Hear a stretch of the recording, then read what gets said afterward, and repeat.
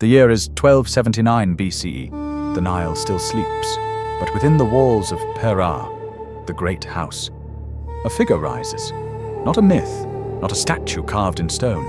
He breathes, he blinks, he dreams. To his people, he is Pharaoh. To priests, he is the link between worlds. To the empire, he is the sun made flesh. But titles are illusions. Behind the perfumed linens and polished gold beats a very human heart.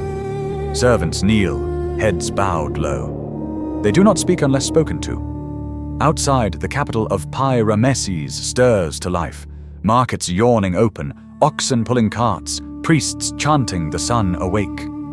But none of it moves, until he does. Because this man is not just ruler. He is ritual. He is rhythm. He is Egypt. And yet, he too must wake up. He too must bleed. He too must choose. Before food, before counsel, before war, there is worship.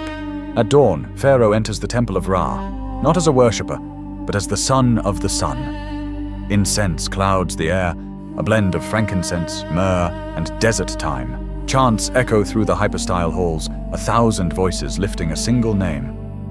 He stands before the sacred bark, a golden boat carrying the image of Ra. His lips move in silence, not to pray, but to remind the cosmos of his place within it. Afterward, attendants lead him to his bath. Water from the Nile, filtered, blessed, is poured over his skin. His body is scrubbed with natron salt, then rinsed with milk and lotus oil. His fingernails are trimmed, his eyelids are painted with kohl. His linen robe is spun from imported Syrian flax. Even the placement of his sandals, left before rite, is guided by tradition. To rule Egypt, he must first become Egypt. But no ritual lasts forever. Soon the god must speak. And when he speaks, the world listens. The throne is not merely a seat. It is a symbol of power, of responsibility, of isolation. Painted stars arch across the ceiling above. The vizier stands to his right. Scribes kneel at his feet. Nobles wait, faces frozen in reverence or fear. Petitions arrive. A farmer demands water access. A priest accuses a rival of blasphemy. A general warns of rebellion near the southern border. He listens. He weighs. He decides. One nod can feed a village. One frown can erase a name from history. Yet in his stillness there is calculation. He remembers names, alliances, betrayals. He knows which god a noble worships, which cousin covets which province. But even this orchestration of a kingdom is not the full weight he carries, because beyond the throne lies a darker stage, a place of power veiled in shadows, the temples. The temple of Amun at Karnak is more than a place of worship. It is a fortress, of stone and of influence. Its priests wear linen robes soaked in frankincense. Their words sway crowds. Their coffers rival the treasury of the crown. As Pharaoh enters, chants ripple through the columns. But this is not just ritual. It's a negotiation. He knows the high priests too well. They bless kings, and, in darker times, they make kings. He performs the rites. He pours water for the gods. He lights the sacred flame.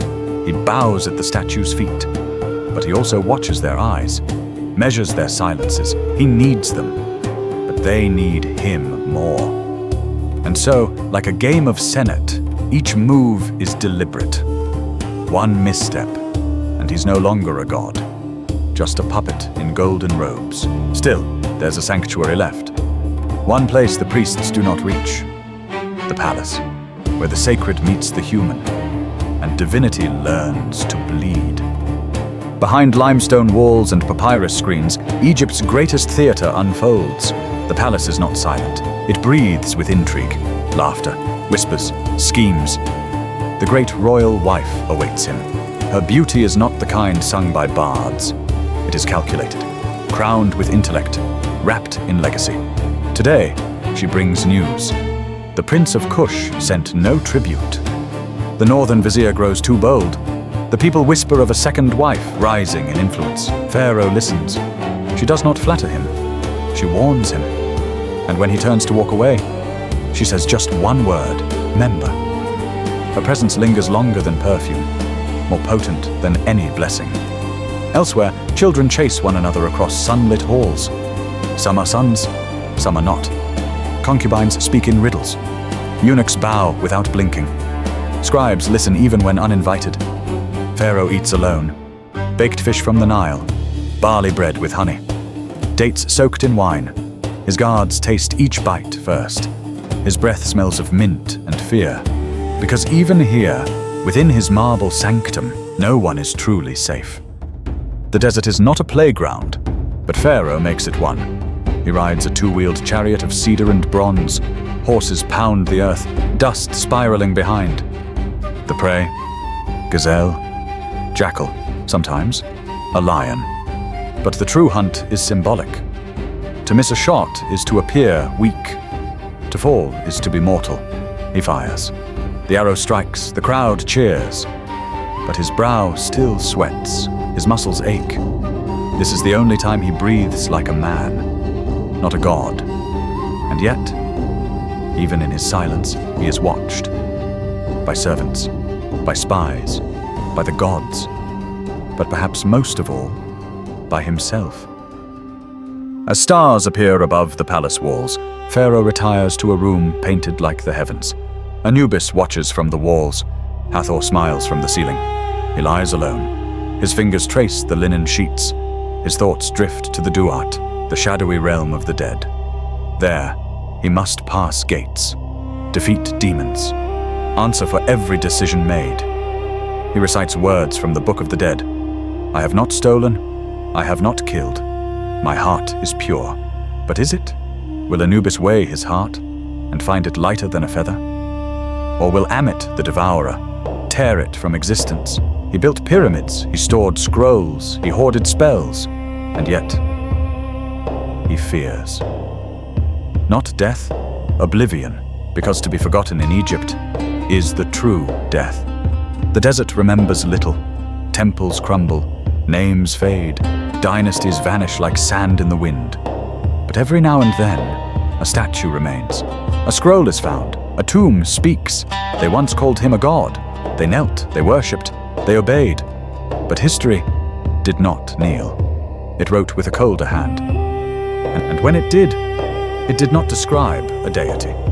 It described a man with hopes, fears, desires, a man who wore gold but bled red, a man who ruled millions but died alone. They built him to be divine, but history remembered him as human. History doesn't echo on its own. It needs a voice. If this story meant something to you, help it live a little longer. Like it, share it, and leave your mark before time moves on.